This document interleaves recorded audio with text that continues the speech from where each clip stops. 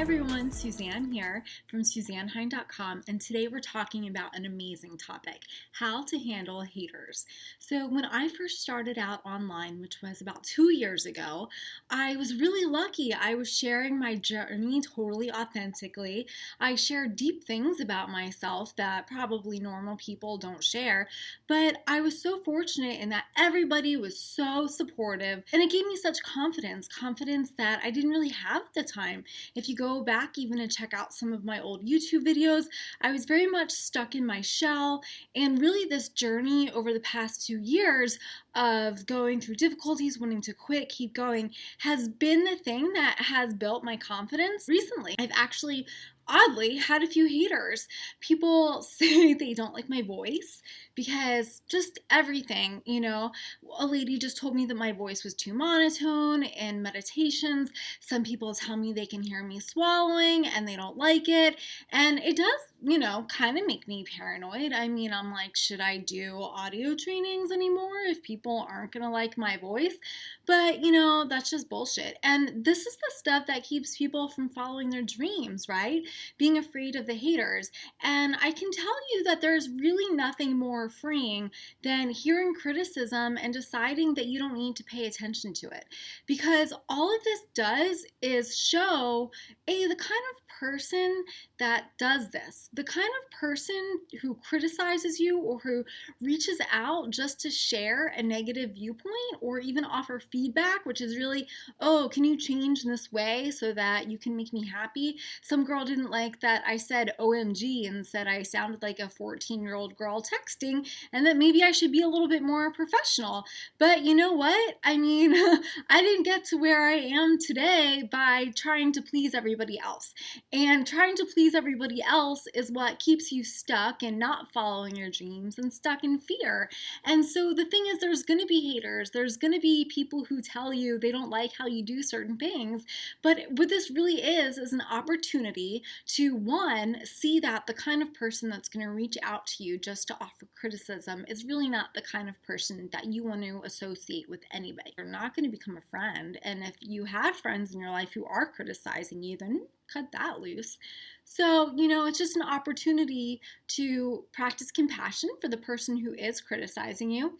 And then on the other side, it's an opportunity to love yourself even more. Because if something bothers you, that highlights within you a belief that it's true. So, for example, I've always oddly had a weird sensitivity about my voice, and a lot of my history is feeling like I don't have a voice or that I've always been really shy, so I always felt like I needed to be present for other people to listen to them talk and didn't necessarily feel that I had a right to talk and be heard. And so that has resulted in me maybe speaking a little quietly and not loudly. But then, everyone's like, oh, speak up, I can't hear you. And that doesn't help because that's just more criticism and it doesn't feel loving. So when I hear criticisms about my voice, it just becomes an opportunity to notice the trigger, and notice that if we are triggered, that is only highlighting some kind of a wound or insecurity within ourselves. And the temptation is to then go out into the world and seek some sort of external validation when what we really need to do is just tune in and figure out, how can I validate myself? How can I see this differently? How can I love this part of myself more fully?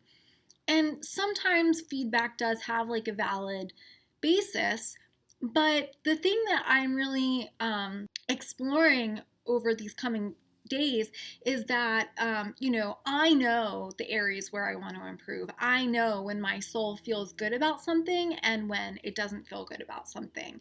And that is my barometer, not external feedback, because I even had a potential client ask me if, she could provide feedback, and that I thought that was awesome that she asked instead of just giving it.